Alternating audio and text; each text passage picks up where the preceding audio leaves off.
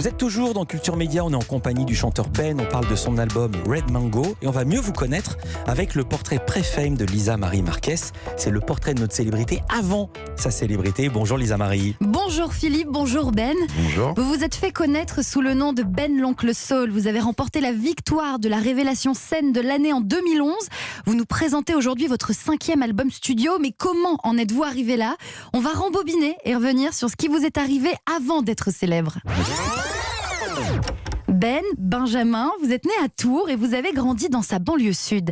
Dès petit, vous baignez dans la musique en écoutant les disques de votre maman, de la soul, par exemple, au hasard, Otis Redding. These arms are mine.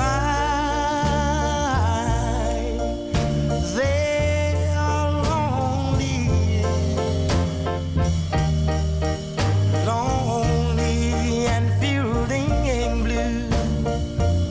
Vous écoutez aussi Stevie Wonder. I just called to say I love you. I just called to say how much I care. Et pour la musique française, votre maman vous fait découvrir les chansons à texte de Francis Cabrel. J'en ai poursuivi des fantômes, presque touché leurs ballerines.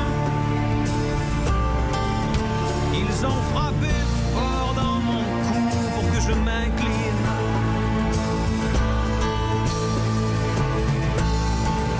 Ils sortent d'où, ces acrobates, avec leurs costumes de papier.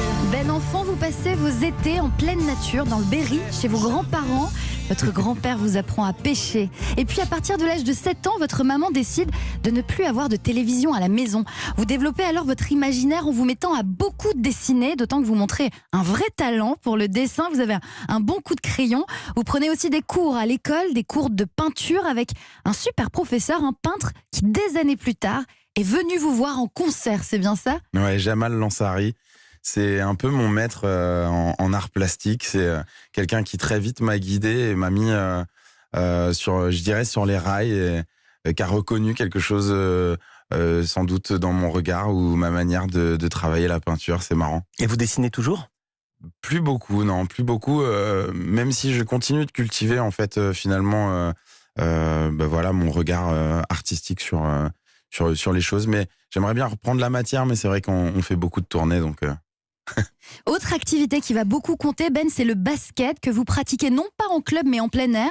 C'est ce qu'on appelle, Philippe, le streetball, le basketball de rue. Et vous avez, je crois, à l'adolescence, passé beaucoup de temps dans l'espace de jeu de votre quartier. Ouais, ça s'appelle Claude Chap.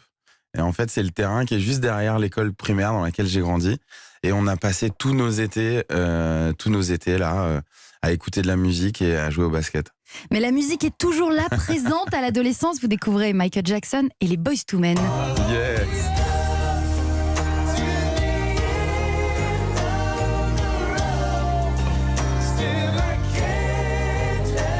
Il nous fait presque un karaoké, vous le chantez en...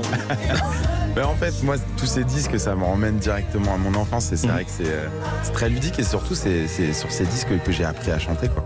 Vous les écoutez encore ou c'est fini? Ah, je les écoute encore, ouais. Ben, à l'école, vous êtes bon élève, sérieux et appliqué. Vous passez un bac à art plastique avant de poursuivre vos études aux Beaux-Arts de Tours. Vous voulez alors devenir enseignant. Mais le destin va en décider autrement. Un jour, vous passez devant une église de Tours et vous entendez un groupe de gospel. Vous entrez alors pour les écouter. Vous leur demandez si vous pouvez vous joindre à eux. Vous intégrez alors le chœur Fitiavana. Fitiavana, ça veut dire amour en malgache.